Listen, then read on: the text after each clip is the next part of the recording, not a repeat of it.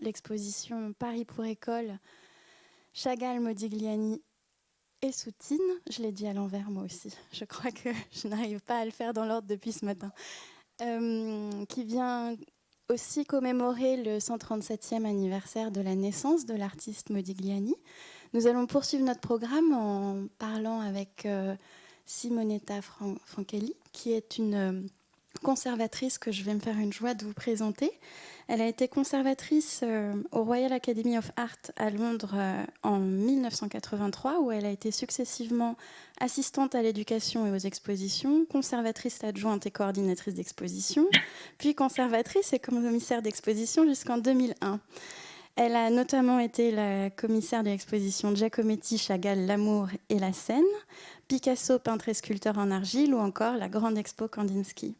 Après avoir travaillé pendant 20 ans à la Royal Academy of London, vous êtes devenue commissaire indépendante pour une quinzaine de très grandes expositions, dont Paris, Capital of the Arts, Delaunay and the City of Lights, et puis bien sûr 4 expositions sur Modigliani, dont une qui se tiendra à la Barnes Foundation à Philadelphie à l'automne 2022, et une dans laquelle nous avons eu l'occasion de nous rencontrer, qui était co-commissérée, je ne sais pas comment on accorde ça, avec Nancy Ayerson à la Tate de Londres en 2017.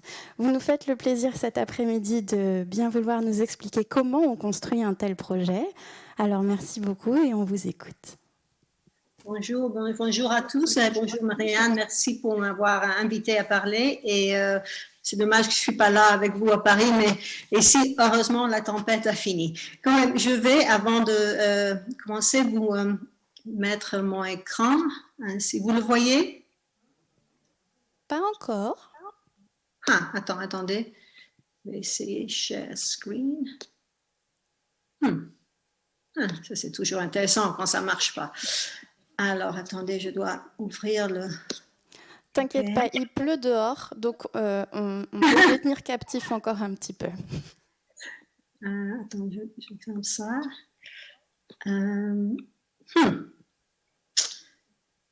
Ah, ça c'est intéressant. Vous voyez rien? Non. Non. Share screen. Ah, voilà. Le voilà. Voilà. Parfait. C'est bon. OK. Donc, je vais le mettre ici, comme ça. Attendez. Voilà.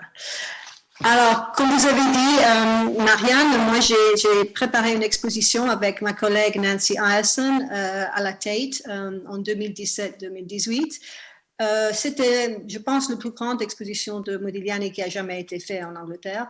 Mais comment construire une exposition? Bon, je pense que vous avez parlé ce matin et cet après-midi avec le film de la légende tragique de Modigliani. Et moi et Nancy, on voulait vraiment pas y aller, on voulait le présenter d'une façon différente, pas seulement le côté tragique de son existence, mais vraiment de le considérer d'un autre point de vue, c'est-à-dire comme un jeune artiste qui arrive à Paris en 1906, comme vous savez, il était italien, il était juif, il arrive dans la grande capitale des arts. Et on a voulu considérer, disons, les influences, les choses, les personnes qu'il aurait pu connaître là-bas, les expériences qu'il a pu avoir et comment ça a changé le développement de son art. Donc, c'était ça le premise, comme on dit ça en anglais, de l'exposition. Alors, on avait commencé, je pense que c'est une idée fausse, je suis sûre que vous avez parlé de ça peut-être, que tous les Modigliani sont pareils. Bon, comme on voit dès le début, quand il arrive, il est influencé par beaucoup d'artistes différents, notamment Cézanne, qui est son grand héros, mais aussi Toulouse-Lautrec, aussi peut-être Edvard Munch, qu'il voit dans les salons. Il a plusieurs influences artistiques qui entrent dans ces premières années à Paris. Et on a voulu dans l'exposition montrer ces différences et aussi de souligner la façon qu'il travaillait dans des médias divers. Et pendant, par exemple, des années, comme vous savez, de 1909 à plus ou moins 1913, il se consacre à la sculpture. Et là aussi, on voit l'art égyptien, l'art africain, l'art du Cambodge, plusieurs influences qu'il aurait pu voir dans des musées comme le musée du Trocadéro à Paris. Et c'était la cité qui lui a offert des façons diverses de voir l'art. Comme j'ai dit au début, il était italien, il était juif et il vient avec sa grande culture italienne à Paris, mais c'est vraiment à Paris qu'il se forme comme artiste, je pense. Et ça, on a voulu le montrer dans notre exposition à Londres. Aussi, quand même, il y avait des autres choses qui auraient pu l'influencer. Il était très intéressé à la danse, mais il était très intéressé au film. Le cinéma a commencé dans ces années-là, et on sait, comme Picasso et d'autres artistes, qu'il fréquentait les cinémas. Emma Lewis, une collègue à la Tate, avait fait des recherches fantastiques où elle a pu montrer qu'il a même vécu au-dessus d'un cinéma au bout d'un moment et qu'il allait souvent voir les films. Et donc, ça aussi, c'est son intérêt pour les nouvelles technologies, était une nouvelle façon de considérer son art. Une autre chose qui est intéressante et importante à souligner est que pendant la guerre, Modigliani, il n'était pas français, il ne va pas se battre au front, il reste à Paris comme beaucoup d'autres artistes qui n'étaient pas français, Picasso par exemple, ou là je vous montre même un portrait de Lipchitz. Et pendant cette période à Paris, pendant ces années de la guerre, il peint les gens autour de lui, il peint les autres peintres, les sculpteurs, les poètes, les critiques. Et il crée vraiment une espèce de... il recrée le milieu artistique de Paris pendant la guerre.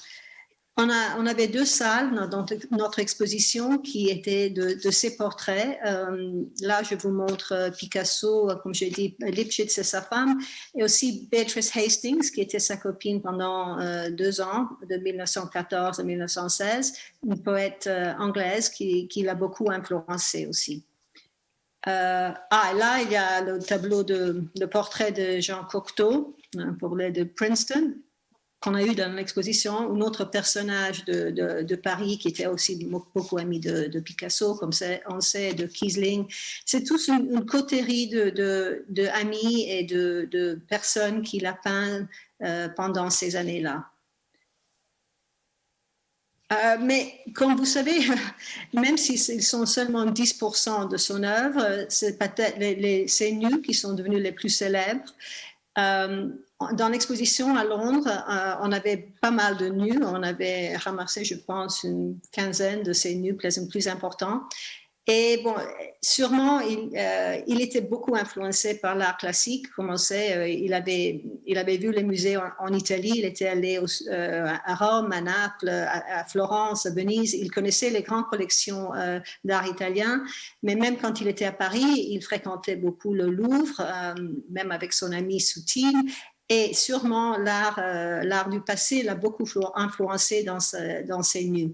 Mais dans l'exposition à Londres, on a voulu aussi considérer comme ces nus sont présentés d'une façon plus moderne, plus directe comme femmes, des femmes déjà qui avaient une place différente dans la société pendant la guerre.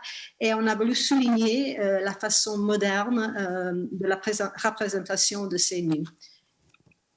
Et là aussi, peut-être, c'est les films encore qui auraient pu avoir une influence sur lui. Là, je vous montre des photos de Theda Bara, qui était une des divas de l'époque.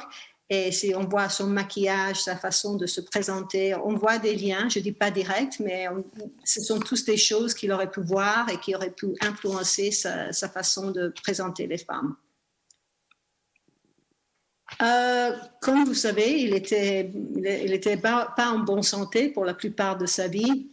Et vers la fin de la guerre, quand Paris est bombardé par les Allemands, et sa santé n'allait pas bien, et son marchand, Leopold Zborowski, l'emmène au sud de la France, à Cagnes-sur-Mer et à Nice. Il reste là-bas pendant plus qu'un an, de 1918 à 1919. Et là, bon, il n'a pas accès aux modèles professionnels qu'il aurait pu avoir à Paris avec les nus, par exemple, qui étaient la plupart des modèles professionnels, probablement aussi des prostituées, mais quand même des modèles qui étaient payés pour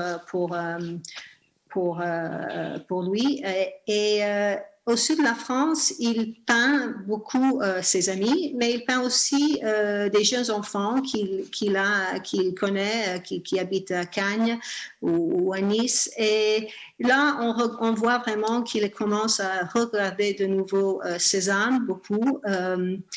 Et qu'il présente ces jeunes enfants d'une façon très intime, mais en même temps avec une monumentalité, une élégance très, très forte. On a toujours pensé que les enfants étaient anonymes, qu'on ne les connaissait pas, mais les recherches qu'on a faites pendant l'exposition, et les expositions sont toujours une occasion pour faire des nouvelles recherche sur un artiste. Par exemple, là, on pense peut-être, je ne suis pas sûre, mais c'est probable que ce jeune enfant représenté dans le tableau de Dallas, peut-être c'est Nannick Osterlin, le fils de Anders Osterlin, qui était un peintre suédois et un ami de Modigliani. Et donc, au sud de la France, vraiment, il est en train de peindre le monde autour de lui, un petit peu comme il a fait à Paris d'ailleurs. En effet, là, on a deux tableaux qu'on a eus à Londres. Ça, c'est un couple, c'est Gaston Modot, qui était un acteur, et sa femme, que Modigliani a peint au sud de la France. Et Gaston Modot, c'est encore un lien avec le cinéma, parce qu'il était acteur assez connu, et en ce moment-là, probablement, était en train de travailler au sud de la France quand Modigliani l'a peint. Autre chose au sud de la France, il avait fait très peu, on connaît que 4 paysages qu'il a fait dans sa carrière, disons après Paris, peut-être au début de la carrière il a fait quelque chose en Italie, mais on ne sait pas exactement combien de choses il a fait de paysages. Mais Marie-Amélie, comme je pense elle va parler aujourd'hui, elle a fait des recherches très intéressantes sur les paysages, mais je voulais montrer là comme de nouveau peut-être Cézanne était dans sa tête au bout de ce moment, et comme aussi Soutine, son ami qui était là avec lui au sud de la France, aurait pu avoir une influence sur cette décision de peindre quelques paysages. Pas très réussis, je pense, mais qui sont intéressants quand même. Là, je vous montre 2 paysages, un de lui et un de Soutine, de la même maison, la petite maison que vous voyez en haut, où ils ont vécu ensemble pendant quelques mois, à Cagnes-sur-Mer. La fin de notre exposition, on a voulu vraiment nous concentrer sur les grands portraits des dernières années de sa vie. Là, c'est vraiment une très petite coterie d'amis qui devient ses modèles. Léopold et Hanka Zborowski, notamment, et surtout Jean Hébuterne, vous avez déjà parlé d'elle, je suis sûre, avec le film, qui devient sa modèle principal pendant ces années-là. Et on voit dans une étude de tous les portrait de Jeanne, vraiment un développement dans la représentation de cette jeune fille qui devient la mère de Jeanne, la petite Jeanne qui naît en 1918 et qui devient, disons qu'elle elle est peintre elle-même, elle est sûrement un peintre avec du talent, que malheureusement sa vie est finie trop tôt. Pour finir, ça a été une introduction très très vite sur l'exposition de Londres. Il y aurait plusieurs choses à dire. On a fait 2 choses. Là, c'est une chose qu'on a fait avec l'exposition. Là, on a décidé de faire une réalité visuelle. Moi, au début, j'étais pas sûre sur ça parce que je voulais pas que la réalité visuelle domine les tableaux. Je voulais que les tableaux soient la chose la plus importante dans l'exposition. Mais je pense qu'à la fin, on est arrivé à un compromis et très, très bien fait avec une équipe très bien à Londres qui ont fait réaliser cette réalité visuelle pour nous. Et on a décidé de recréer le dernier studio de Modigliani dans la rue de la Grande Chaumière. Ça existe encore, comme vous voyez des photos. On est allé là-bas, on a pris les mesures et on a pu considérer la lumière et tout ça. Et on a vraiment recréé je ne dis pas que c'est parfait, que c'est exactement comme ça, mais avec les témoignages de l'époque et avec les dimensions et la lumière, on a recréé, disons, l'espace où Modigliani a travaillé et où il a créé probablement ses dernières œuvres. Pour finir, et je pense que ça c'est la chose la plus importante qui est sortie de l'exposition, comme j'ai dit avant, les expositions sont toujours une occasion pour faire des choses diverses. Et là, Nancy et moi, on a vraiment, on a eu des prêts incroyables pour l'exposition. Et on a décidé pourquoi pas à profiter de ça. Et avec Annette King, qui est la conservatrice de la Tate, on a décidé de commencer à faire des recherches plus profondes sur les tableaux de la Tate d'abord, et puis on a invité des autres musées à travailler avec nous pour faire des analyses des matériaux, de la technique, pour vraiment entrer dans les tableaux de Modigliani d'une autre façon. Je sais qu'il y a eu aussi la grande recherche à Paris pour les tableaux dans les musées français, et je suis ravie qu'on a pu travailler ensemble avec nos collègues français, et surtout qu'on a réussi avec cette exposition, je pense à la Tate, d'ouvrir la conversation sur Modigliani à plusieurs musées, plusieurs collègues en Europe, en Amérique, et qu'avec ça, on peut approfondir, on peut continuer à étudier cet artiste d'une façon différente. Oui, on ne peut pas dire qu'il n'y a pas la légende, qu'il n'y a pas la légende tragique, malheureusement, sur cet artiste, mais que vraiment c'est son art et c'est ce qu'il a réussi à faire du point de vue artistique qui est la chose la plus importante, et c'est là-dessus qu'on doit se concentrer.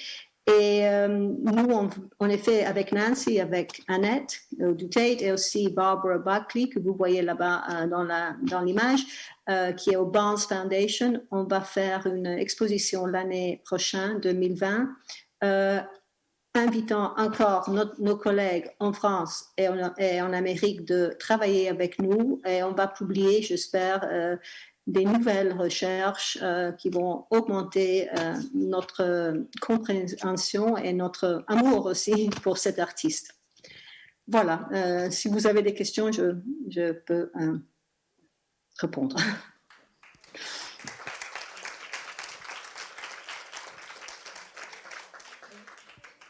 Vous avez fait disparaître Simonetta ? Ah, c'est bien.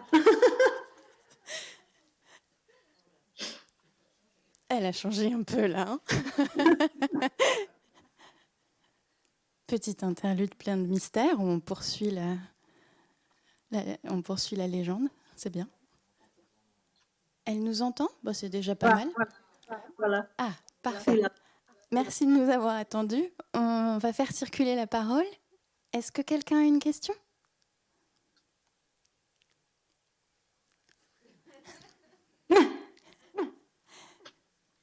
Ah, je vois quelqu'un. N'est-ce pas ? Au fond, c'est ça ? Oui.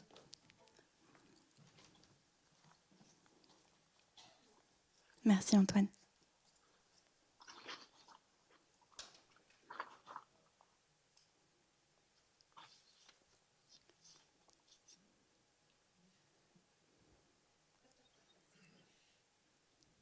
Bonjour et merci beaucoup pour ces explications passionnantes. Je me demandais quelle était la connaissance et la vision des Italiens par rapport à Modigliani. En France, il est vraiment considéré comme un des grands artistes de Montparnasse. Mais quelle réputation a-t-il en Italie, s'il vous plaît ? C'est une bonne question, intéressante. Il faut dire que pendant sa vie, il n'était pas considéré du tout, dans le sens qu'en Italie, même sa famille, je pense qu'il ne le considérait pas comme un artiste, comme un artiste, mais pas à un grand niveau. C'est après que vraiment, en Italie, il commence à avoir de l'intérêt sur lui, spécialement pendant les années 30. Il commence à y avoir des collectionnistes italiens, et puisqu'il était italien et il devient un grand artiste très fameux, je pense que les Italiens, au bout d'un moment, ont voulu le reprendre, comment est-ce qu'on peut dire, renationaliser et le faire devenir de nouveau italien. pour moi, je dois dire que je pense que Modigliani est italien, comme il est juif, absolument. Ça, je peux pas nier ça, mais pour moi, il s'est formé et créé à Paris. Et c'est pour ça aussi que pendant l'exposition, on a voulu vraiment souligner ce côté parisien. Aujourd'hui, naturellement, les Italiens aiment bien le considérer comme un artiste italien, mais sa formation, il faut dire qu'il est de Montparnasse, il est parisien. Pas français, parisien, à mon avis. Quelqu'un d'autre, peut-être? Moi, j'en profite alors. Dans la famille de Bert Weil, il y a une grande légende qui dit qu'il est venu à la galerie de la rue Thébout pour se présenter et expliquer qu'il était sculpteur, pour rencontrer Bert Weil, en l'invitant à venir découvrir son travail. Bert Weil, elle était à Montmartre, lui, il était à Montparnasse. Et ce jour-là, visiblement, il était un peu alcoolisé et elle aurait été très émue de le voir dans cet état. Elle l'aurait renvoyé en lui disant « Vous reviendrez quand vous saurez peindre et que vous pourrez me transporter vos toiles ». La légende veut qu'il ait arrêté la sculpture justement à ce moment-là. Qu'en penses-tu ? Oui, bon, il y a beaucoup de raisons pourquoi. On ne sait pas. Ça peut-être, c'est une explication. Il y a une explication aussi du point de vue de sa santé, dans le sens que le travail sur la pierre était assez lourd et difficile. Aussi, avoir les pierres, c'était difficile. Donc, il y a toute une sorte de côté pratique qui peut être aller contre la sculpture. Il disait qu'il voulait faire la sculpture quand il était jeune. Donc, je pense qu'il avait vraiment, il voulait travailler avec la sculpture. Mais peut-être aussi Paul Guillaume, qui devient son marchand plus ou moins à cette période, lui a dit, vous savez, c'est beaucoup plus facile à vendre les tableaux qu'à vendre les sculptures. Donc, je pense qu'il y a toute une série de combinaisons de faits qui ont fait que malheureusement, il a abandonné au bout d'un moment la sculpture. Mais il faut dire que la sculpture et sa façon d'expérimenter avec la sculpture et avec les dessins aussi sont fondamentales pour le développement de sa peinture après le 13-14. Donc, les deux choses vont ensemble. Ils sont pas... C'est pas que la sculpture finisse et puis il recommence la peinture. Je pense que la sculpture se voit beaucoup dans ses peintures après 1913. Merci beaucoup. Je suis sûre qu'il y a encore une question. Oui, juste là. Le micro arrive.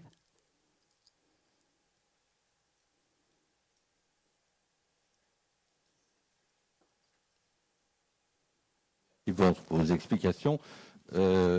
Vous avez parlé de nombreuses influences et est-ce qu'on sent dans son œuvre une influence juive, ce d'autant qu'il s'est retrouvé effectivement dans cette fameuse école de Paris, on le voit à travers l'exposition qui est hommage avec de nombreux peintres juifs venant d'Europe de l'Est.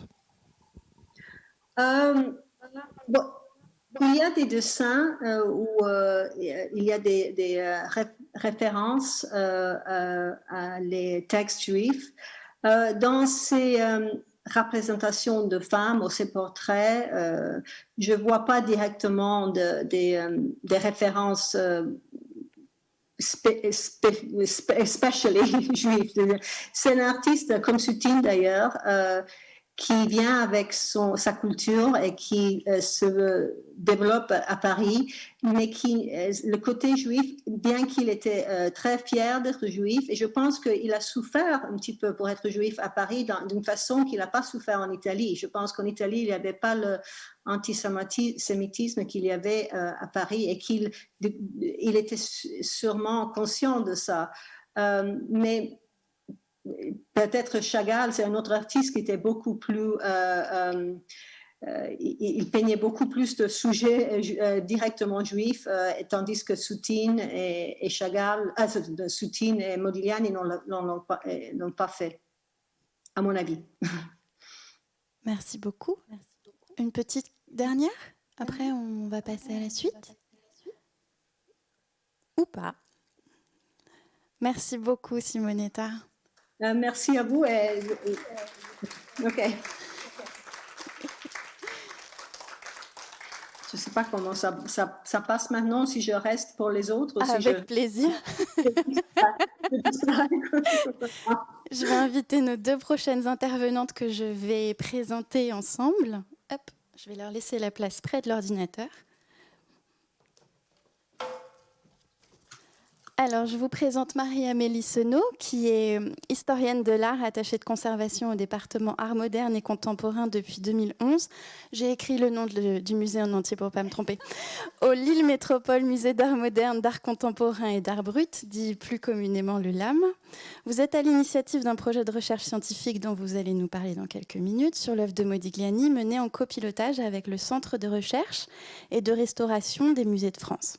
Vous avez été commissaire des expositions La Ville magique, Modigliani, l'œil intérieur et récemment Giorgio Griffa, Merveille de l'inconnu. Vous êtes également l'autrice d'une dizaine de publications, dont Modigliani, Jules Pasquine ou Le dessin incisif, de Picasso à Séraphine, Willem Oude et Les primitifs modernes. Je vous présente au passage Madame Anaïs Gentil-Vincent, qui n'est pas loin, bougez pas. Elle est là, hein, c'est bien ça. Oh, elle est partie, je crois. Hein. Ah si, c'est ça. Qui est docteur en chimie des matériaux. Vous avez soutenu en 2017 une thèse consacrée au chancy des vernis et des couches picturales des peintures de Chevalet et leur contribution à la caractérisation physico-chimique, à la connaissance des mécanismes de formation et au traitement de restauration. Vous aussi, vous êtes une épreuve. Hein. Sous la direction de Michel Menu et de Nadège Lubin-Germain, dans le cadre de l'école doctorale Sciences et Ingénierie, en partenariat avec le laboratoire de chimie-biologie, la Fondation des sciences et du patrimoine et le Centre de recherche et de restauration des musées de France en sciences du patrimoine. Vous êtes chercheuse au Centre de recherche et de restauration des musées de France et comme nous venons de le voir, vous y menez depuis 2019 des recherches sur les peintures de Modigliani à l'initiative du LAM. Vous avez participé à la rédaction de 7 publications scientifiques très pointues, écrites en collaboration, entre autres, avec Marie-Amélie Senot. Donc, ce que je vous propose, c'est que vous introduisiez le sujet et on sera ravis ensuite d'écouter les résultats que vous avez pu découvrir. On vous écoute. Est-ce qu'il y a le PowerPoint qui... Moment technique. Je l'ai vu tout à l'heure. Je ne sais pas si on m'entend avec le...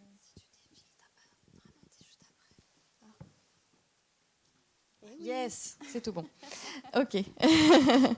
Les secrets de Modigliani. Oui, alors juste pour la faire courte, j'étais co-commissaire de l'exposition Amédée Modigliani, l'œil intérieur en 2016 au LAM, tout simplement parce que nous avons ce gentil papy qui s'appelle Roger Dutilleul, qui a été un collectionneur absolument exceptionnel, alors que personne ne voulait acheter des œuvres de Braque et de Picasso chez Daniel-Henri Kahnweiler. Lui, il en a acheté. Et puis, il a découvert à peu près autour de 1917 Modigliani et il est tombé vraiment, je peux dire, en amour pour cet artiste. Vous voyez, là, il est assis à son bureau et on voit... Alors, est-ce que ça fonctionne? Yes. Ah, non, c'est pas du tout ça que je voulais faire, pardon. Hop. Et là, vous voyez le nu assis à la chemise. Donc là, c'est son bureau. Nu assis à la chemise est juste là. Et là, un certain nombre des tableaux de Modigliani qui lui ont appartenu. Il en a eu à peu près 35 entre les mains et beaucoup de dessins aussi.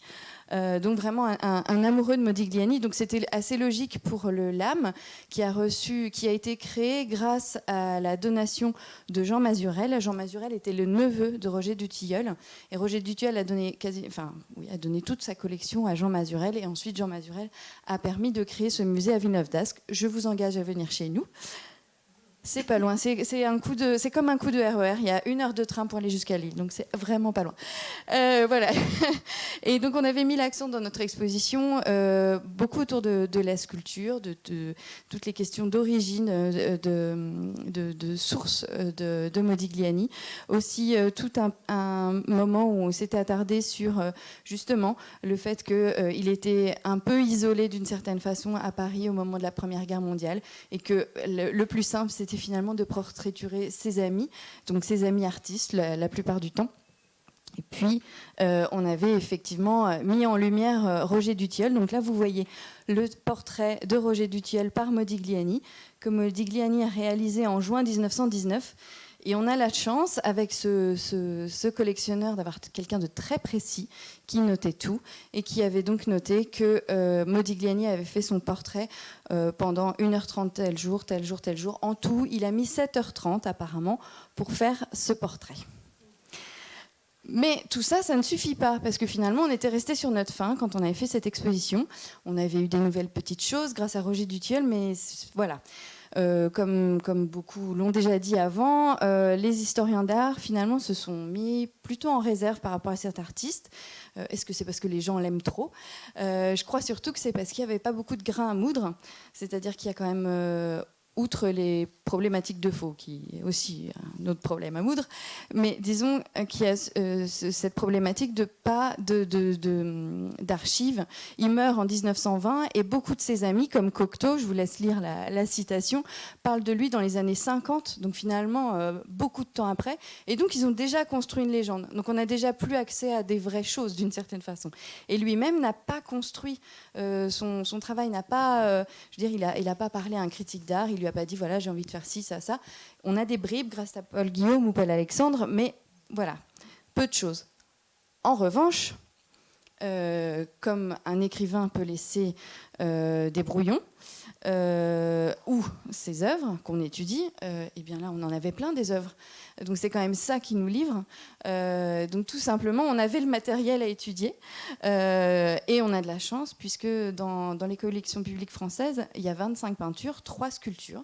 Donc elles ont toutes fait partie de cette étude. Donc l'objectif de la recherche, c'était vraiment d'en savoir plus sur Modigliani, d'être vraiment dans le matériau, brut presque, j'ai envie de dire, sans filtre. Et donc de déconstruire le mythe, donc ça c'était un des objectifs, de mieux connaître sa technique, sa pratique, avoir une meilleure connaissance des matériaux parce que ce sont des œuvres qui ont finalement 100 ans aujourd'hui, donc voilà, il faut savoir comment bien les conserver. C'est des œuvres aussi, pour être au Musée Lem, on en a 6 peintures et je peux vous dire qu'elles sont régulièrement sollicitées pour des prêts. Donc si elles voyagent, il faut bien connaître si elles peuvent voyager. Donc si on sait plus de choses sur les matériaux, eh bien, ça nous aidera. L'objectif, c'était aussi de pouvoir mieux dater effectivement certaines œuvres et puis donc voilà, élaborer des stratégies de restauration puisque ces œuvres ont plus de 100 ans. Et multiplier les regards, ça c'est très important. C'est aussi pour ça qu'on a sollicité Marie Dumoulin et puis Jacques L'Oeil pour faire ce documentaire, parce que pour nous c'était vraiment au LAM, en tout cas ce qui était très important pour nous, c'était de multiplier les compétences, donc les compétences scientifiques bien entendu, mais aussi le regard voilà, d'un cinéaste qui voit les choses autrement qu'un historien d'art, et puis bien d'autres aussi qui ont participé à cette étude. Alors, le corpus d'études, donc je vous ai dit, donc, 25 peintures, 3 sculptures. Les 25 peintures donc, viennent du Centre Pompidou, du Musée national Picasso, du Musée de Rouen, de l'Orangerie, du Musée de Troyes, du LAM bien sûr, du Musée de Grenoble, du Musée de Nancy. Rouen, j'ai dit. Je crois que j'ai fait le et le MAGE, qui a le dépôt du MNAM, effectivement, le Lot. Voilà. Et donc, ce qui était... Alors, je ne vous cache pas, 25 peintures sur un corpus de plus de 300 peintures, c'est un échantillon, soyons honnêtes. Mais c'est aussi quand même assez intéressant parce qu'on a des œuvres un petit peu de toutes les périodes, donc avec Buste de jeune femme qui date de 1908, et puis toute la période Paul Alexandre, donc on a les œuvres qui viennent de Rouen. Les sculptures, alors évidemment les sculptures on ne les a pas analysées comme on peut le faire sur les peintures, on n'a pas fait de prélèvement bien entendu, mais c'était important pour nous qu'elle fasse partie de l'étude parce que justement sa peinture infuse sa sculpture et ensuite la sculpture infuse la peinture, donc on ne voulait pas séparer les champs, en fait c'était ça notre objectif, vraiment de considérer l'ensemble de sa production. Puis le retour à la peinture, notre fameuse femme au ruban de velours qui, vous l'avez reconnue avec ses petits yeux, n'est autre que Béatrice Hastings, Paul Guillaume, Jeune fille rousse, Antonia, des chefs-d'œuvre qui sont au musée de l'Orangerie, je vous invite à y aller, c'est pas très loin. Egeling qui est dans la collection du LAM, Kissling, le seul nu assis à la cheminée, le seul nu de l'étude qui est au LAM, donc vraiment vous êtes obligés de venir au musée. pardon de le redire, le fameux col blanc, qui est un tableau, qui est le premier tableau qui est rentré dans les collections publiques françaises. Je n'en suis pas peu fière parce que c'est ma ville d'origine, Grenoble, enfin peu importe. Voilà, tout ça. Et donc toute une période aussi, toute la période où il est dans le sud de la France. Et où donc sa palette vraiment change. On a ce sentiment, en tout cas quand on regarde. Après, d'un point de vue scientifique, Anaïs pourra vous préciser les choses. Et donc de voir comment justement il a un petit peu changé sa façon de travailler. Enfin, pas vraiment sa façon de travailler, mais en tout cas les couleurs qu'il emploie dans le sud de la France. Et puis le retour à Paris, et notamment avec ce très grand tableau Maternité. Alors, je vous ai dit, beaucoup de partenaires muséaux. Vous voyez justement le tableau au musée de Grenoble, le Femme au col blanc, qui est à côté de l'intérieur de Matisse. Et en bas, le tableau qui a appartenu à Picasso, donc qui fait partie de la collection personnelle de Picasso. Les partenaires scientifiques, parce que évidemment, nous, au LAM, on n'est pas un laboratoire, on est des conservateurs, des attachés de conservation qui ont la chance d'avoir des œuvres à leur côté, mais on ne sait pas les analyser. Donc, j'avais sollicité Michel Menu au début, juste pour analyser nos 6 peintures, et il m'avait dit, oui, c'est intéressant, mais il faudrait voir plus grand, et il a eu bien raison de titiller et de me dire de faire ça, puisque j'avais pris l'occasion du vernissage de l'exposition en 2016 pour solliciter les autres musées et leur dire, voilà, qu'est-ce que vous pensez de cette idée, est-ce que vous seriez partant, parce que ça impliquait que chaque musée se prive pendant 2 mois et demi, 3 mois de leur œuvre, qu'elle aille au Centre de recherche et de restauration des musées de France, qui se situe sous le Louvre. Donc, pour la plupart des musées en France, les Modigliani, ça fait partie des chefs-d'œuvre, c'est jamais en réserve, donc c'est un acte, voilà, il faut le prendre en compte. Et donc le Centre de recherche et de restauration des musées de France, évidemment avec Michel, a dit que c'était vraiment un projet intéressant, mais c'est un projet qui vient en plus de tout ce que le C2RMF a déjà à faire, et c'est pour ça qu'on a eu la chance de recruter Anaïs Gentil-Vincent, qui a vu défiler sous ses yeux et entre ses mains tous les tableaux et les sculptures. Et donc ça, c'est aussi quelque chose de vraiment très intéressant dans cette étude, c'est qu'elle a pu voir toutes les œuvres. Donc, j'ai dit on multiplie les regards, mais c'est aussi intéressant quand il y a un regard qui se pose sur l'ensemble, et c'est ce qu'on a pu faire avec ce projet. Et on s'est associé aussi largement au CNRS, parce que le CNRS chapeaute le C2RMF et le laboratoire de Lille, le MSAP.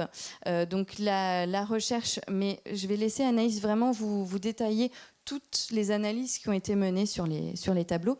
Mais il y a une partie qui est encore en cours d'ailleurs au laboratoire du MSAP. Faut que j'arrête de me pencher, c'est ridicule. D'autres partenaires scientifiques, mais je ne vais pas détailler tous, mais voilà, ça ne se fait pas tout seul dans son coin, c'est vraiment beaucoup de partenaires, et ça ne se fait pas sans un certain nombre de petits sous.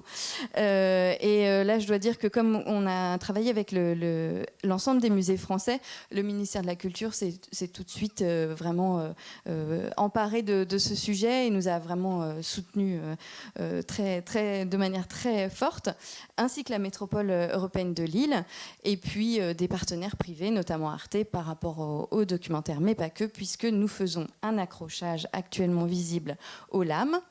Et voilà, alors sans dévoiler trop de choses, c'est pas une rétrospective Modigliani, je vous survends pas quelque chose.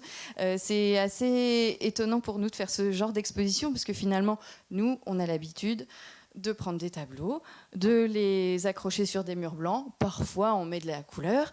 Mais disons que voilà, ça, c'est assez facile. Enfin, pas toujours, mais c'est relativement facile. Là, il fallait pouvoir expliciter toutes les recherches. Donc, faire passer des choses relativement complexes, toutes les analyses, toutes ces analyses. Et puis, en même temps, détricoter tout ce dont un artiste a besoin pour travailler. Donc c'est ce qu'on a essayé de faire, Anaïs et moi, dans cette exposition, pour que le public voit un petit peu l'envers du décor. Et donc là, vous voyez par exemple tout le corpus qui est accroché. Alors, ce ne sont pas les originaux, hein. Ce sont des reproductions à moitié de leur échelle. Et vous pouvez voir le revers. Donc le revers, il y a toutes les étiquettes, les étiquettes de marchands, de transport, des signatures, des dessins parfois. Donc voilà, c'est un petit peu l'envers du décor. Donc je vous invite à venir au musée pour découvrir cet accrochage qui est visible jusqu'au 20 février 2022. Et Anaïs va nous parler d'un tableau en particulier, ici, qui est ici à demeure, Lolotte, en vous détaillant un petit peu justement toutes les analyses qui ont pu être faites. On vous écoute. Bonjour à tous. On m'entend ? Oui. Donc je vais vous parler, donc je suis scientifique, donc forcément comme Marie-Amélie vous l'a dit, c'est un autre regard encore. Je vais vous présenter donc les résultats qu'on a pu avoir sur une œuvre de Modigliani en particulier qui est Lolotte, et de temps en temps j'élargirai un petit peu sur des généralités qu'on a pu voir sur tout le corpus. C'était bien évidemment en une vingtaine de minutes pas possible de vous faire une revue de tout ce qui a pu être découvert pendant le projet. Si ça vous intéresse, je vous invite dans quelques semaines, on a fait des journées d'études thématiques sur Modigliani avec tous les résultats qui ont été présentés, et ça sera visible en ligne. Donc je vous invite, voilà, si vous avez à cœur d'en savoir plus, à regarder ces documents. Donc moi, je vais me concentrer sur Lolotte. Si vous voulez voir des images de Lolotte en cours d'analyse, c'est pareil, il y a un Arte qui était venu, Arte Journal, qui avait fait un documentaire, enfin un reportage en 2019. Donc si vous tapez Les secrets de Modigliani, Arte, vous pouvez voir des images de l'envers du décor, parce que je vais vous montrer que les résultats, mais vous pouvez voir des images de l'envers du décor de l'analyse de cette œuvre. Donc on s'intéresse, donc je m'intéresse bien sûr aux œuvres, à la matérialité des œuvres et dans tous les aspects. Donc là, le premier, je vais défiler tous les aspects qui nous intéressent. Donc en premier, le format. On s'est intéressé pour toutes les œuvres au format. Ce qui est assez intéressant, c'est de voir, bon, bien sûr, pour une œuvre, c'est pas très intéressant, mais c'est vraiment l'idée de corpus qui est intéressante dans cette démarche. Modigliani, donc ici pour Lolotte, on est sur un format marine. Donc je vous ai présenté les différents formats, où vous voyez que le format marine, c'est le format le plus étroit pour une même hauteur. Qui était normalement utilisé donc à l'horizontale pour faire des marines. Modigliani donc choisit de l'utiliser à la verticale, et c'est un format qui lui plaît bien parce que ça va dans Modigliani a un style avec une élongation des formes très prédominant, et donc ça s'accorde très bien avec son style, et c'est pour ça qu'on voit que c'est un format qu'il apprécie beaucoup. Et une grosse proportion de ses œuvres sont effectuées sur des formats marines, donc Lolotte n'est pas une exception du tout à ce titre. Si on s'intéresse maintenant au revers, Marie-Amélie vous a dit que dans l'exposition aux lames, vous pouvez aller voir le revers de toutes les œuvres. Donc ici, je vais vous en présenter une. On a énormément d'inscriptions au dos de Lolotte et énormément d'informations, à commencer par la date, puisque vous voyez en bas, ici, où il y a écrit Lolotte, juin 1917. Donc c'est assez rare que les tableaux soient datés sur la face ou au revers, mais qu'il y ait une date vraiment définie sur les tableaux de Modigliani. Donc c'est suffisamment rare pour être notifié. Ensuite, on voit donc, dans la partie supérieure l'adresse, donc 3 rue Joseph Barra, qui correspond à l'époque à l'atelier que son marchand, donc Léopold Zborowski, lui prête. On a exactement la même inscription avec la même calligraphie au dos de Nuit à ciel à chemise aux lames. Voilà. On peut notifier également donc, des numéros d'inventaire. On a donc le format qui est inscrit ici, où vous voyez qu'il y a un 10M qui est écrit ici, qui est la trace du format. Ensuite, on a sur une étiquette, on a l'ancien titre de l'œuvre, puisque maintenant il s'appelle Lolotte, mais à un temps il s'est appelé La femme au chapeau. Donc voilà, toute cette historique, rien qu'en regardant le revers de l'œuvre, finalement, on apprend beaucoup de choses, même avant de faire les analyses, en fait, tout ce qui est caché aux yeux du public, puisque le public n'a jamais accès au dos de l'œuvre. Juste en décadrant finalement l'œuvre, on a accès déjà à beaucoup de résultats, parce qu'on peut observer aussi les tranches, là j'en parle pas, mais on peut aussi, j'en parlerai plus tard, on peut observer aussi les tranches des œuvres, donc voilà, il y a beaucoup d'indications, et on voit également à cet endroit-là une déchirure qui a été consolidée sur l'œuvre de Lolotte. Si on s'intéresse donc à l'œuvre, avant de vous parler de la technique, un tout petit message sur l'état de conservation de l'œuvre. Les œuvres de Modigliani des collections publiques françaises sont dans un très bon état de conservation pour toutes celles qu'on a étudiées. Pour celle de Lolotte, donc ici vous avez la photographie en lumière UV, donc le vernis va fluorescer. Les taches un petit peu plus sombres que vous avez correspondent donc à des repeints. Donc vous en avez par exemple ici, vous voyez il y a des taches un peu plus sombres par endroit. Donc c'est quelques repeints sur l'œuvre. On en a principalement sur les bords, comme c'est souvent à cause des chocs, des frottements avec le cadre, tout ça. Les bords sont assez souvent repeints, mais c'est quelque chose qu'on ne voit pas puisque c'est masqué par le cadre. Donc dans un très bon état de conservation. Il y a de nombreuses craquelures par contre, mais qui sont stabilisées, qui ne bougent pas, mais il y a beaucoup de craquelures sur l'œuvre de Lolotte. Et donc la déchirure dont je vous ai parlé, on a un signe. Pardon, ouais. Un signe ici où on voit un petit effet de repeint à cet endroit-là. Ensuite, donc, on va rester au revers. Je vais vous parler de la toile et de la trame de la toile. On a fait une étude donc, sur tous les Modigliani où la toile était accessible. Pour certains, elle n'était pas accessible puisqu'il y avait eu des rentoilages, donc ce n'était pas la toile d'origine qu'on voyait. Mais pour tous ceux où la toile était accessible, on a fait donc, une image avec un microscope numérique 3D pour avoir la topographie de la toile. Et avec le même champ de vue, ici le champ de vue que vous voyez, c'est 2,2 millimètres, donc voilà un champ de vue assez réduit pour voir vraiment les fibres de la toile et la trame, comment elle s'arrange. Et donc vous pouvez voir ici pour Lolotte qu'on est sur une trame assez grossière. C'est l'œuvre qui a la toile la plus grossière de notre corpus, donc qui se démarque à ce titre.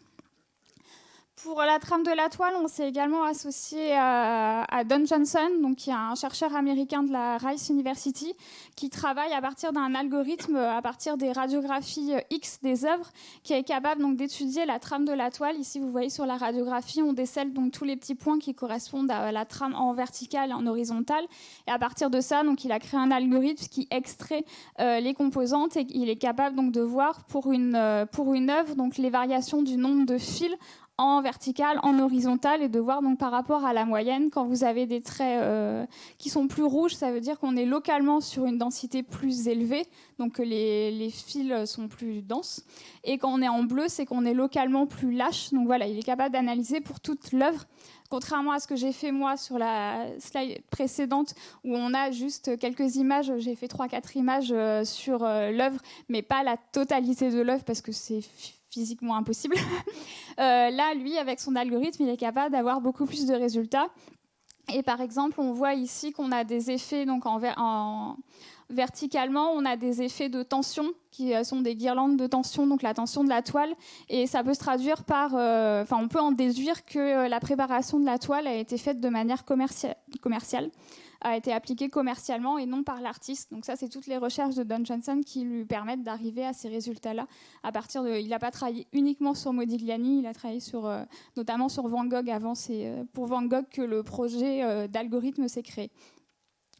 Donc tout ceci est intéressant pour Lolotte, mais finalement c'est plus intéressant pour d'autres peintures. Donc je vais élargir un petit peu pour une fois et je vais vous montrer les résultats qu'il a pu obtenir, parce qu'à partir des résultats, donc des analyses de la trame de la toile, on peut faire des correspondances entre certaines œuvres et voir que certaines œuvres, donc on a les mêmes défauts localement, on a ces lignes qui se rejoignent, et donc savoir que deux œuvres ou plus ont été peintes à partir d'un même rouleau de toile. Donc ça, c'est vraiment quelque chose qui est intéressant, et ça permet donc en termes de datation d'avoir des éléments vraiment tangibles, en termes d'authenticité bien sûr aussi. Et donc on voit donc ici Lolotte n'a aucune correspondance avec une autre œuvre, donc voilà, je vais vous décevoir, mais on a d'autres œuvres, l'œuvre de Dédi que vous aviez à chaque coupure pendant cette présentation par exemple, qui est en correspondance avec l'œuvre du musée Picasso. Donc elles ont toutes les deux été faites à partir de la même toile, donc je ne vais pas toutes vous les détailler. La plupart que vous voyez, c'est des œuvres des musées américains, puisque c'est forcément en lien avec le projet dont Simonetta vous a parlé. américain ou la Tate, il y a une œuvre de la Tate aussi. Voilà, toutes les œuvres ont été radiographiées pour leur projet et on peut comparer entre nos radiographies et les leurs et faire ces correspondances. Et ce qui est assez intéressant, c'est de voir qu'on n'a aucune correspondance entre des toiles avant 1917. Et ça, c'est un résultat fort puisque ça montre qu'à partir de 1917, c'est le moment où Zborowski devient son marchand. Donc on voit qu'il y a un réel tournant dans les matériaux qu'il a à disposition entre avant, où c'est Paul Guillaume, et après, où c'est Zborowski, où on voit que Zborowski lui fournit des métrages. Donc est-ce que c'est des rouleaux entiers ou en tout cas à minima des longs métrages de toiles issus d'un même marchand. Et donc ça, c'est intéressant pour voir la relation entre le marchand et l'artiste, puisqu'on a très peu d'archives écrites, mais finalement, à partir des œuvres, on est capable d'avoir des résultats très intéressants sur les relations entre les marchands et les artistes. Ça peut paraître un petit peu fou de réussir à voir ça à partir d'une simple radiographie, mais c'est à partir de la science. Si on s'intéresse donc maintenant, on s'est intéressé à la toile, donc je vais remonter. Si on s'intéresse à la couche de préparation, donc avant la peinture, donc je vous ai dit que pour le lot, on était sur une toile préparée commercialement. Donc on a fait 2 prélèvements par œuvre, 4 pour le lot, mais 2 de manière générale. Ici, vous avez donc 3 prélèvements qui ont été faits sur le lot. C'est des micro-prélèvements. Allez pas vous imaginer qu'on prend un énorme morceau de l'œuvre, c'est gros comme un grain de sel fin. De toute manière, vous avez l'échelle ici à chaque fois par rapport au prélèvement. C'est vraiment très très petit, ça se manipule avec un scalpel. C'est gros comme un grain de sel fin, pas du gros sel. Et ça permet donc de connaître la stratigraphie de l'œuvre.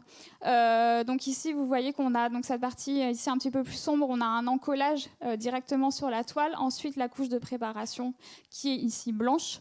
Et ensuite, une ou plusieurs couches picturales.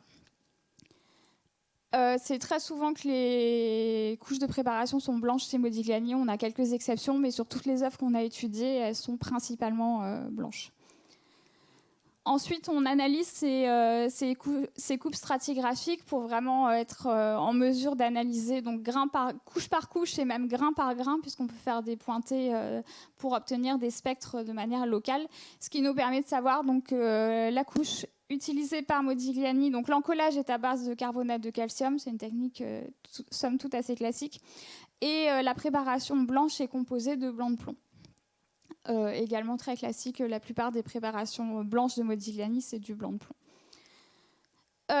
Donc maintenant, au-dessus de la couche de préparation, il peut ou pas y avoir un dessin sous-jacent. Donc on s'est intéressé à partir d'une technique qui s'appelle la réflectographie infrarouge, qui peut permettre de mettre en évidence des dessins sous-jacents à condition qu'ils soient à base de matériaux carbonés. Donc type graphite. Si c'est un autre matériau, cette technique ne le met pas en évidence. Ici, pour le lot, on voit qu'on n'a aucun dessin sous-jacent de visible. Alors, est-ce que ça veut dire qu'il n'y en a pas ? C'est trop pour le dire. En tout cas, il n'est pas carboné, on n'a rien décelé aux analyses. Mais par contre, on voit par exemple autour de la bouche qu'on a un pré-dessin, donc par endroit de couleur bleue. On a ici par exemple. Avant de faire la bouche, il y a eu un petit avec une matière très très fluide. Donc vous voyez, c'est très peu pigmenté. On a juste un petit lavis bleu qui lui permet de mettre en forme les futures formes. Mais c'est pas vraiment un dessin sous-jacent à proprement parler. C'est juste pour l'aider dans la mise en place de sa composition. Ensuite, donc, si on s'intéresse à la couche picturale à proprement parler, parce que finalement c'est ça que vous voyez, donc je vais finir par arriver à ce que vous voyez quand vous visitez une exposition.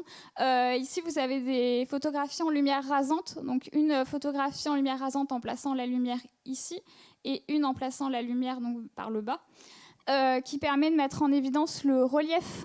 Donc la topographie inhérente à la peinture. Simonetta disait tout à l'heure qu'une peinture, on considère ça comme un système en 2 dimensions, mais que finalement c'est un système en 3 dimensions. Je pense que ces images le montrent très très bien.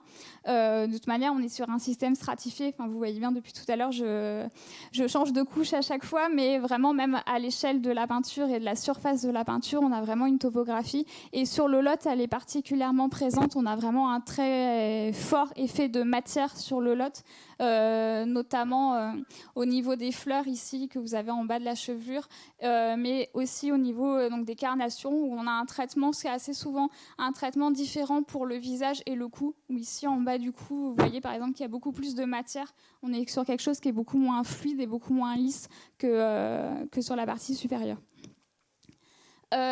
Quelques images donc de sa technique, puisque j'ai observé toutes les peintures à la loupe binoculaire en les scrutant. Donc je vous en montre quelques exemples pour que vous puissiez les voir vous aussi à cette échelle. Ici vous avez donc un exemple d'un des yeux. Donc vous voyez vraiment tout le talent de Modigliani, tout son talent de coloriste qui s'exprime très très bien à cette échelle. Qu'on ne voit pas forcément aussi bien à l'œil nu, et ensuite la bouche. Ce qui est assez intéressant chez Modigliani, c'est de voir que très souvent, la lèvre supérieure et inférieure ne sont pas peintes de la même couleur. Ici, vous voyez que vous avez 2 variations de rouge sur les lèvres, c'est très très visible sur le lot. Ensuite, quelques images pour continuer sur... Voilà, tout son talent de coloriste, mais également le geste. On voit qu'il y a vraiment un travail du geste dans ces endroits-là. Ici, vous voyez, on a vraiment un geste très, très particulier qui lui permet d'avoir ces effets-là. Donc, tout ça, c'est l'arrière-plan, finalement. Quand on regarde les portraits de Modigliani, on s'intéresse principalement au visage, mais les arrière-plans sont très travaillés et voilà, ça fait vraiment partie de l'œuvre pour Modigliani. Et surtout, le lot, il y a vraiment un gros travail sur l'arrière-plan chez le lot. D'autres images, donc une palette un peu bleue sur la première et une palette plus orangée, je vous ai fait sur la deuxième slide pour que vous voyez bien la technique et le geste de Modigliani. Donc ensuite, pour parler vraiment des analyses à proprement parler, puisque là on était sur des techniques d'examen, donc à la loupe binoculaire, bon, à part les prélèvements pour vous parler tout à l'heure de la couche de préparation, mais on s'est attardé, donc pour Modigliani, ça a été une réelle volonté d'utiliser principalement des techniques non invasives, donc c'est-à-dire qui ne nécessitent pas de prélèvement, puisqu'on s'est limité à 2 prélèvements. Il faut savoir que souvent c'est bien plus. Et avant, c'était bien plus. Maintenant, on a la chance d'avoir donc l'informatique qui s'est développée, qui nous aide beaucoup, et voilà, beaucoup de techniques qu'on récupère d'autres champs, voilà, de l'industrie, de tout ça qu'on récupère, et qui nous aident donc à étudier les œuvres donc de manière non invasive. On fait des scans de la surface de l'œuvre, on va passer, on fait un pixel par pixel. Ensuite, on obtient un spectre qu'on peut ensuite étudier a posteriori une fois qu'on est au laboratoire. Donc ici, vous avez 2 techniques. C'est de l'imagerie hyperspectrale, donc dans 2 domaines, puisqu'on a utilisé 2 appareils, un qui provient du C2RMF, celui-ci, et un qu'on a emprunté à un autre laboratoire, le Centre de recherche sur les collections, qui ont donc des longueurs d'onde complémentaires. Celui-ci est dans l'infrarouge, donc il va plus profondément dans la matière, et le premier s'intéresse principalement au visible, donc à ce qu'on voit avec nos yeux. Juste un résultat, je peux pas vous montrer toutes les images qu'on a obtenues avec toutes les techniques. Un résultat qui me paraissait intéressant, c'est donc à partir de l'imagerie visible proche infrarouge, où on voit très très nettement le style de l'artiste et sa technique, et cette technique très particulière en utilisant des cernes noires. Donc ici, vous les avez en blanc, mais en réalité, ils sont noirs, vraiment pour marquer tous les éléments du visage de Lolotte. Donc voilà, on les décèle vraiment très très bien avec cette technique-là, qui les met très bien en valeur. Et c'est une technique très propre à Modigliani, l'utilisation de ce cerne, aussi bien sur les visages, vraiment pour marquer les formes, que sur les contours du visage, les deux. Ensuite, une deuxième technique qu'on a utilisée, qui est la fluorescence des rayons X. Vous en aviez vu un petit exemple dans le film de Jacques Loyd tout à l'heure, où on voyait l'appareil qui scannait à la surface de l'œuvre. Donc c'est une technique qu'on a utilisée donc, pour toutes les œuvres également. Parce que l'avantage de notre projet, c'est que toutes les œuvres sont venues au C2RMF, et donc on a pu vraiment faire le même protocole analytique pour toutes les œuvres, et avec les mêmes conditions expérimentales. Donc tout est comparable et intercomparable. Et voilà, c'était vraiment une volonté de notre part de fixer vraiment les choses au début pour que tout soit comparable à la fin, et que l'œuvre qui est analysée en 2019 soit analysée dans les mêmes conditions que celle qui a été analysée en dernier, en 2021. Ce qu'on obtient à partir de cette technique, donc la fluorescence des rayons X, on obtient un spectre dit élémentaire, c'est-à-dire qu'on a un pic avec des énergies et pour chaque énergie correspond à un élément chimique en particulier. Donc on a un signal pour le plomb, un signal pour le calcium, un signal pour le fer, par exemple. Et ensuite, avec des traitements, donc des logiciels de traitement, on est capable d'imager chacun des pics de manière isolée et d'avoir une cartographie de la répartition de chacun des éléments chimiques qui est après à relier, bien sûr, à des pigments en particulier. Donc ici, par exemple, vous avez la cartographie de répartition du plomb sur toute l'œuvre. Donc vous voyez qu'il y en a partout, ce qui n'est pas très étonnant, puisque tout à l'heure, je vous ai dit que la préparation était à base de blanc de plomb. Donc on le voit très très bien ici. Il en utilise aussi pour peindre le blanc de plomb. Le plomb L correspond aux couches vraiment profondes et le plomb M aux couches plus de surface puisqu'il va moins profond dans la matière. Donc ici on voit qu'on a également du plomb en surface. Donc il l'utilise dans les carnations notamment. Vous voyez que ici forcément c'est du blanc, le blanc de plomb. Donc les zones sombres il y en a moins, c'est normal. Mais au niveau des carnations vous voyez qu'il a utilisé du blanc de plomb. On a très peu de zinc dans cette œuvre-là, parce qu'à l'époque de Modigliani, les deux pigments blancs les deux pigments blancs utilisés sont le blanc de plomb et le blanc de zinc. Il en utilise sur beaucoup d'œuvres, mais le lot, il y en a assez peu. Le trait très marqué là que vous voyez correspond à la restauration au niveau de la déchirure, donc n'est pas du tout caractéristique de l'œuvre, ça vient pas de Modigliani. Ensuite, ici, vous pouvez voir donc, la cartographie du mercure qui correspond au vermillon, donc un pigment de couleur rouge. Donc, vous voyez donc, sur les carnations, sur les lèvres notamment. Donc, voilà, ça fait une image de la répartition. Je ne vais pas tous vous les faire. Le calcium correspond principalement au noir d'os. Donc, c'est pour ça que vous en avez au niveau de la tresse, notamment ici. Et donc, toute cette partie noire, le fer, ça correspond aux ocres et aux terres, principalement. Le chrome, on est sur des oranges, des jaunes de chrome. Et ensuite, le barium, où ici, on est sur... le barium, il y a plusieurs possibilités. Soit c'est du sulfate de barium, qui est une charge qui est rajoutée au pigment pour mettre moins de pigment et avoir quand même une texture suffisamment épaisse. Ajoutée soit par l'artiste, soit par les marchands avant. Il y a les deux cas de figure. Forcément, ça fait gonfler les marges. Mais également, ici, on a du verre à base de barium. Donc, c'est pour ça que dans cette partie-là, vous voyez qu'on a un gros signal de barium qui est là, pas présent en charge, mais vraiment en pigment. Donc, à partir de tout ça, donc de toutes les analyses qu'on a faites, on est capable donc, de déterminer la palette de l'artiste. Donc ici, je vous présente uniquement la palette pour le lot, mais on l'a fait donc pour tous les tableaux. Et ce qui est intéressant après, c'est de comparer d'un point de vue évolution entre le début et la fin, de voir qu'est-ce qu'il utilise à quelle époque. Et finalement, il y a assez peu de variations. Enfin, vous allez être déçus, vous allez vouloir qu'il y ait des énormes variations entre le début et la fin dans les pigments qu'il utilise, mais c'est assez stable. Il y a quelques petites différences, mais c'est assez stable. La seule fait marquant sur le lot, c'est qu'on a l'utilisation de violet de cobalt, et c'est la seule œuvre où on a du violet de cobalt dans notre corpus. Et voilà, donc c'est assez intéressant pour être noté. On a deux types de violet de cobalt. En plus, on a un violet de cobalt clair et un violet de cobalt foncé qui n'a pas la même formule chimique, et il a utilisé les deux. Je vais finir par l'élément le plus marquant de Lolot. Je l'ai volontairement gardé. Si vous avez vu, j'ai présenté beaucoup de techniques d'imagerie, mais volontairement pas la radiographie. Pourtant, on radiographie au C2RMF, donc toutes les œuvres qui passent dans le laboratoire. Et donc, voici le résultat de la radiographie de Lolot. Donc vous reconnaissez très très bien donc l'holote ici, les fleurs que vous avez en bas, mais bon, si vous êtes très rapidement attentif, vous voyez qu'il y a une forme, une masse un petit peu blanche dans l'autre sens. Et donc si je vous le retourne pour vous aider un petit peu à visualiser dans le bon sens, vous avez en fait un nu féminin dont il manque la tête ici, qui est à rapprocher. Ah, je vous rajoute les bords.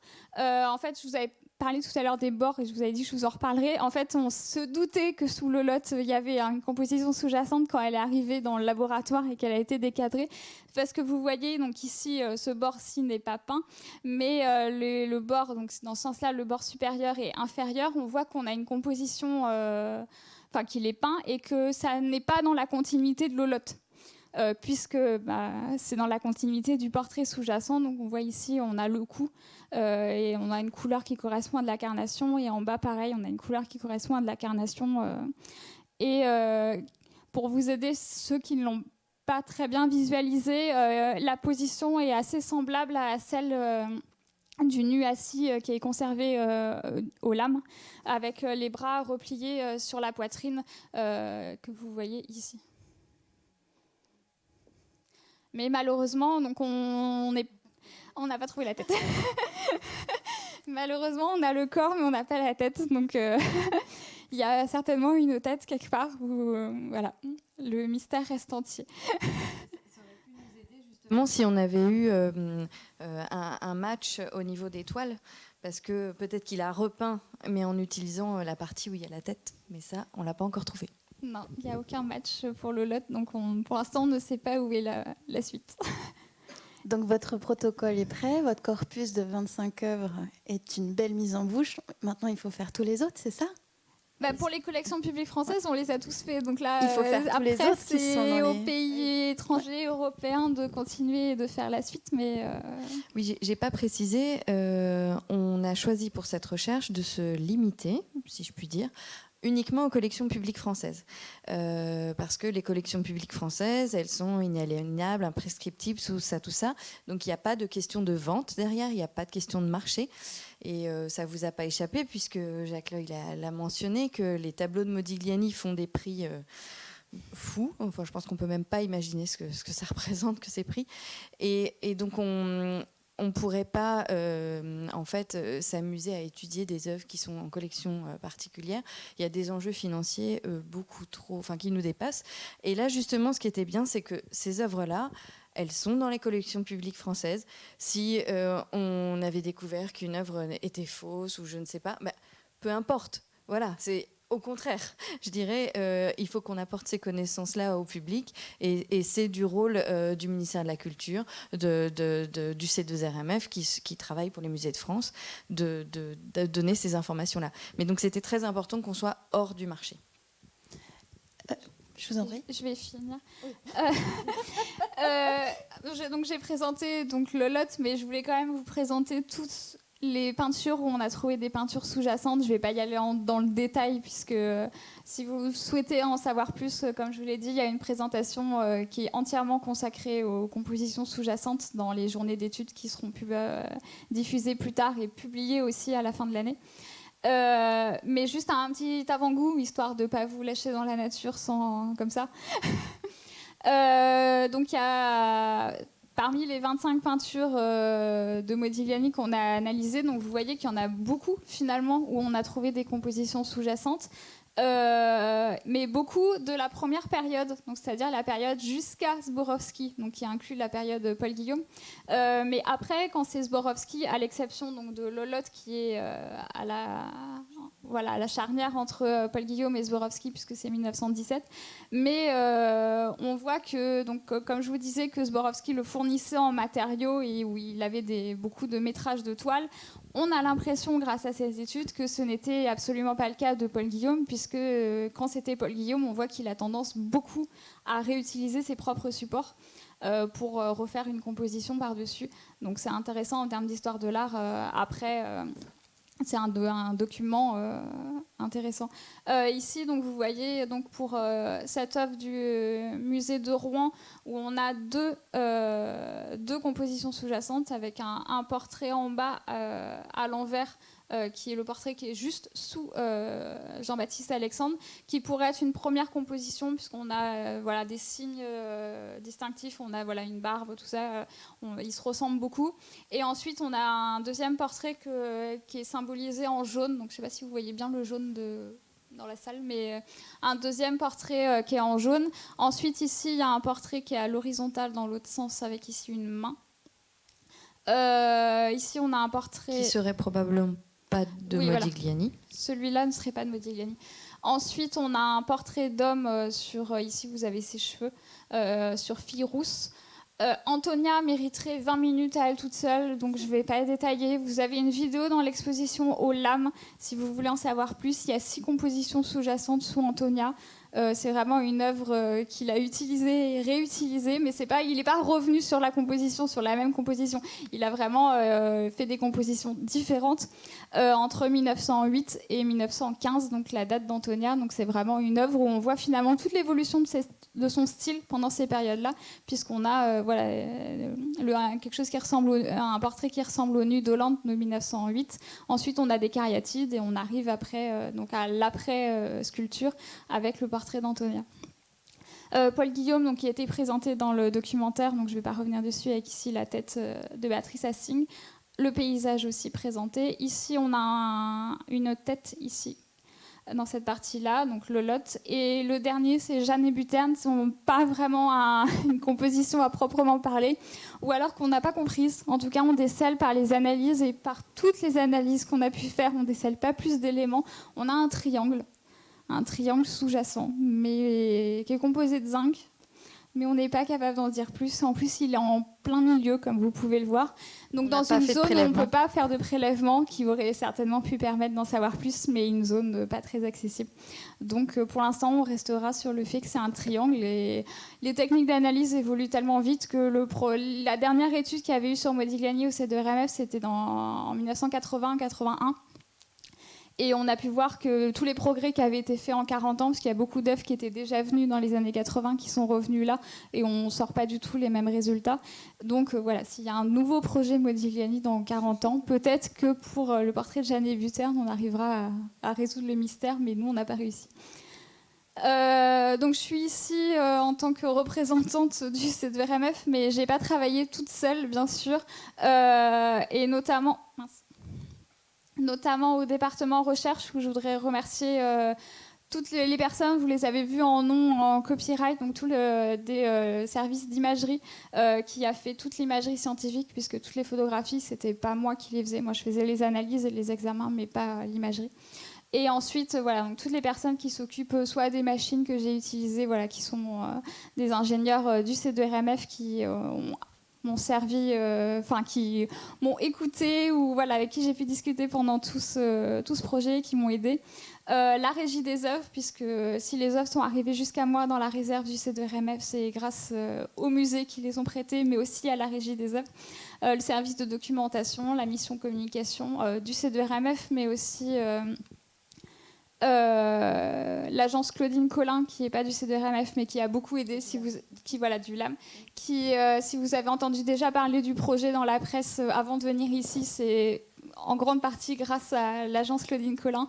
Et ensuite, donc, le CRCC qui a prêté et qui est venu nous aider pour les analyses qu'on a fait avec une des deux caméras. Donc Don Johnson de la Rice University qui a fait les analyses sur la trame de la toile. Et ensuite...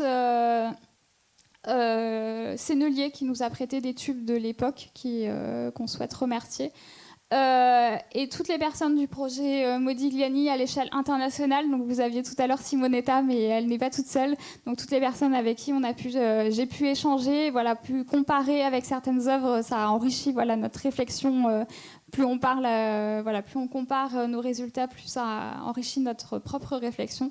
Et il y a des articles qui vont sortir, le fruit de ce travail, de cette collaboration à l'automne, normalement, dans les Tide Papers. Donc des articles qui sortiront en ligne. Et ensuite, donc, tous les musées partenaires que Marie-Amélie a déjà remerciés. Voilà, merci à tous. Merci beaucoup.